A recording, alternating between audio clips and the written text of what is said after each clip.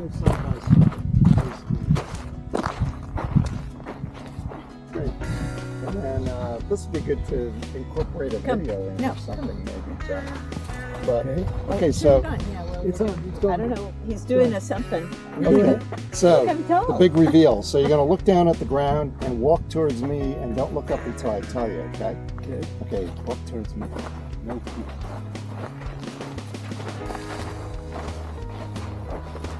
Trust me, it's not heavy.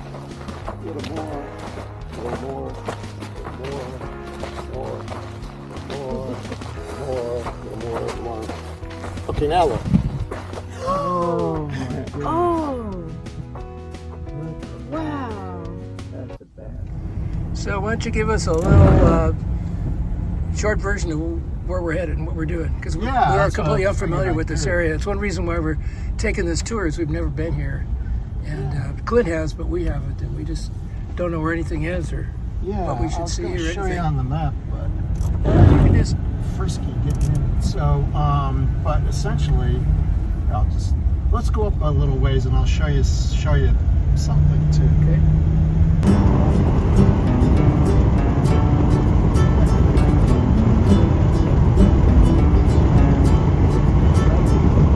And they head out diagonally out towards those buttes. So as they head out that way, they actually merge, and then they do something pretty wild when they get out there, which I'll show you when we're on the overlook. But about 1 million years ago, a shelf lifted up on the other side, and it's eroded back. So that's some of the Badlands, and that's called Font's Point. So that's where a lot of people go to go overlook, and it's the most well known. But we go to another one that's lesser known because it doesn't get crazy, and it's actually get to it quicker. And 75% of people that have seen both of us like it even better. So I figure you should see that. And so anyway, the shelf has eroded back, and it's exposed this incredible fossil record as well. So Mark is an active paleontology lab. We're always working with something pulled out of it. But we'll talk about that stuff. But I thought like what we would do is head out and go into a canyon called Coachweb Canyon, which is quite beautiful, and do a little walkabout. And then we can just go right across and depending on, hopefully nothing's washed out. And then we can go into the Badlands and make a stop and check out something called a mud cave. And then we can go to the overlook, which would be a beautiful time of day. Does that sound good to you guys? Yeah.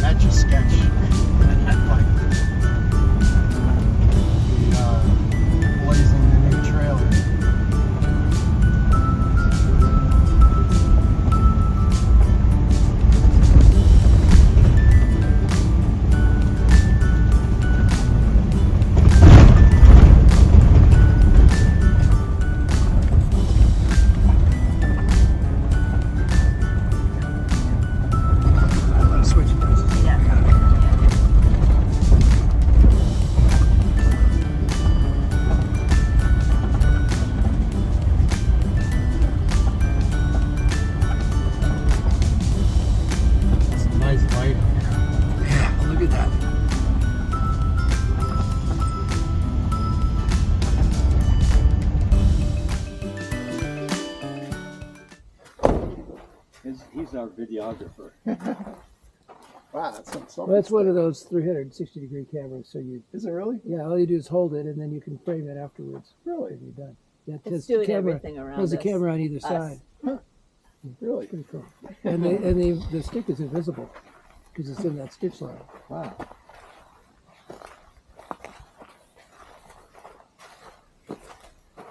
It's cool in the vehicle.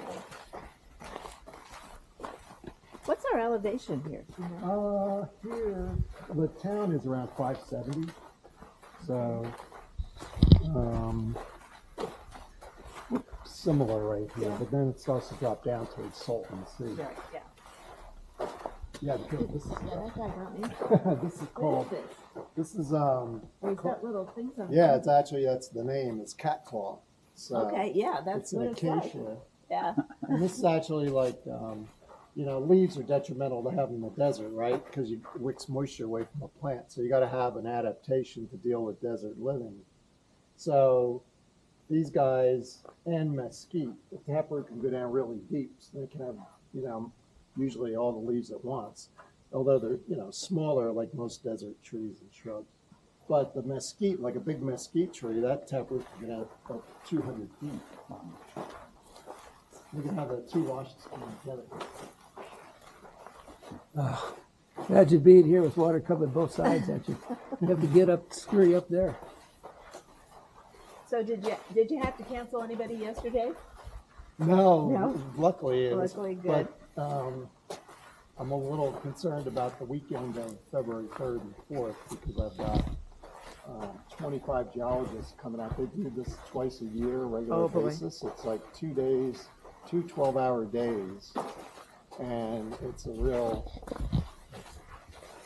bread and butter thing. And they're like, you know, now there's supposed to be rain. Oh, there's, yeah. And plus, even as it is, I have to go out there and kind of scope out the route because it's a very remote canyon that they're interested in. They just do this to see an example of something that you can't see anywhere else. And you have to hike to it and you have to drive up this remote canyon. So here's an acacia, a cat claw that has a native parasite. So this is Geologists must love this. Oh my God, they must go crazy. desert mistletoe. And Yeah, looks like mistletoe. yeah, this is the desert species. And so the berries have to pass through the digestive tract of the bird. And in mesquite bosques, that's what's prime hosts is catclaw and mesquite. So there's a winter visitor bird called a phainopepla, and they're very dark blue, almost black, and they have red eyes and a crest. Both genders have a crest. And they flit around the bosques and they eat the berries, and then they defecate on the host species, and then it gets its roots into the cambium of the shrub or the tree and becomes a vascular parasite, and then eventually it kills the branches on and such.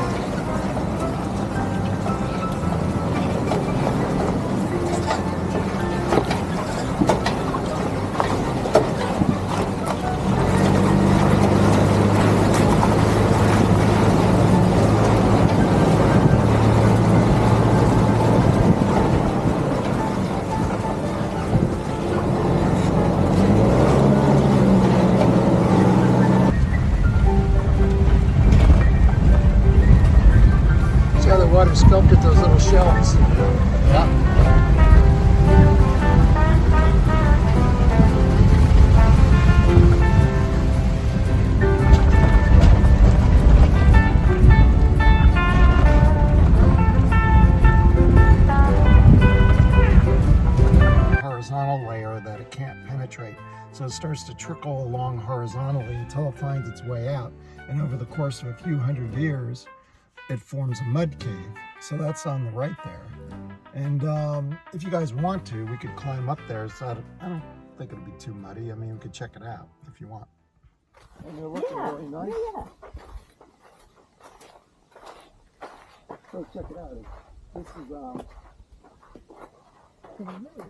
so you can see why the Latin name is Forquaria splendens, because it's so splendid looking, you know. But the thing is, like, if it hasn't rained in about 6 weeks, remember, leaves are detrimental to have. So if it hasn't rained in about that amount of time, sometimes they turn amber, and sometimes they just dry up and fall off, and then it looks like it's dead. And it looks more like Forquaria crapola, you know. But if you look real close, you can see like it has green twining in these really tough stalks. So that's chlorophyll in there, and it's just enough to keep it alive. It doesn't grow. It's just hanging in there until the next time. How about going over here? And face me. Go side by side. Face me. Great. And then this would be good to incorporate a video in or something, maybe, Jack. But okay, so it's on. I don't know. He's doing a something. okay, so Look, tell the him. big reveal. So you're gonna look down at the ground and walk towards me, and don't look up until I tell you. Okay? Okay. Okay. Walk towards me. No peek.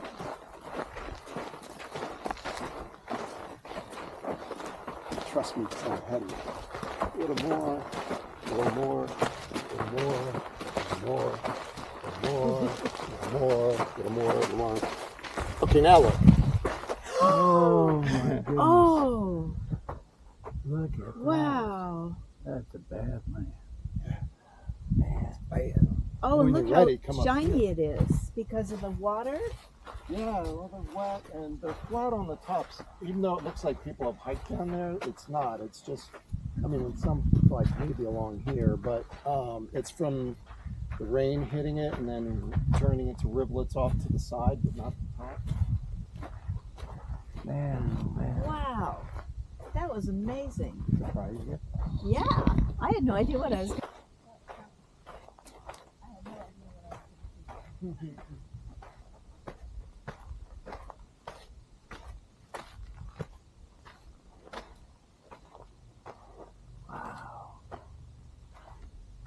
Now we've got a 360-degree view. Yeah, that's what's so special about it.